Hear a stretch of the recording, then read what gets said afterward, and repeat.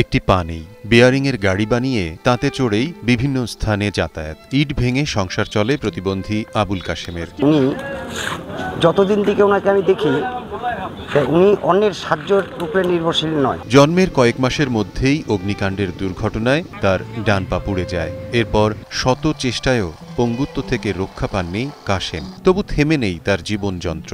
Bearing গাড়ি আর দুই হাতের সাহায্য নিয়েই চলছে জীবন জীবিকা।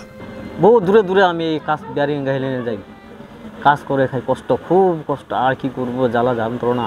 এভাবে কষ্ট মষ্ট করে চালাইতেছি, যেভাবে হ্যান্ডসাম খাই যাচ্ছে। আমি মনে হয় সুযোগ পাইলাম, মনে হয় আমি বিষও খাইতে পারি।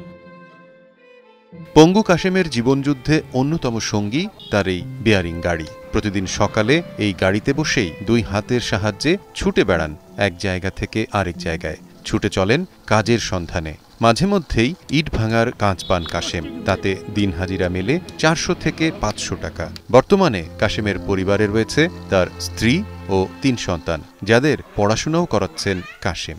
আমার স্বামী অচল, চলতে পারি না। আমার 3টা ছেলে লেখাপড়া করাতে পারি না। মানুষের কাছে কিছু নেয় না, ওই আর কি গিটি ভাঙে, মানুষের কাজ কাম করে। বিয়ে করছে, সে বাচ্চা হয়েছে, তা চলতে ফিরতে পারে না, খুব কষ্ট হয়। ঠাকুরগাঁও পীরগঞ্জ উপজেলার পৌর শহরের ভেলাতৈড় এলাকার বাসিন্দা আবুল কাশেম।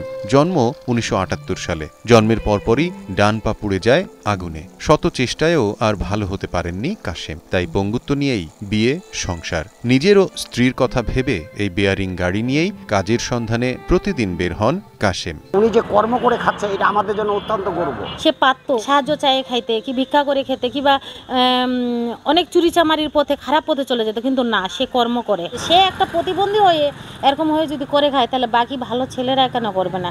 কখনো কারো কাছে মনে করেন যে সাহায্য সহযোগিতার আশ্বাস প্রত্যাশা না করে নিজের উপর নিজের সংসারের দায়িত্ব নিজের বহন করে 2011 সাল থেকেই ইট ভাঙার কাজ করেন কাশেম। পঙ্গুত্ব নিয়ে হার মানেননি তিনি। দীর্ঘ 24 বছর ধরেই এই পঙ্গুত্বকে সাথে নিয়েই চালাচ্ছেন জীবনযুদ্ধ। সমাজের উচ্চবিত্ত মানুষ আর সরকারি বেসরকারি সাহায্যের আশায় এখন তার পরিবার। তা চলতে ফিরতে পারে না, খুব কষ্ট হয়। সরকার থেকে যদি কিছু দেয়, তে বাচ্চারা একটু ভালো চলতে পারে। সরকারটা যদি সরকার করে আমাদের ভালো হবে।